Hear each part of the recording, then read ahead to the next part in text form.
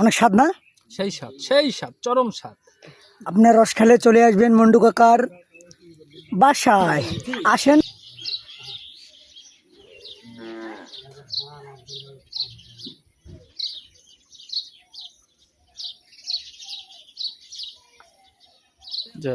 তো অনেক শান্তি পেলো তো, বুঝছিস? এক গ্লাস রস খাওয়ার পর খুব শান্তি। আরেক গ্লাস খাচ্ছি, হেভি রিল্যাক্স, অমৃত স্বাদ, টাটকা।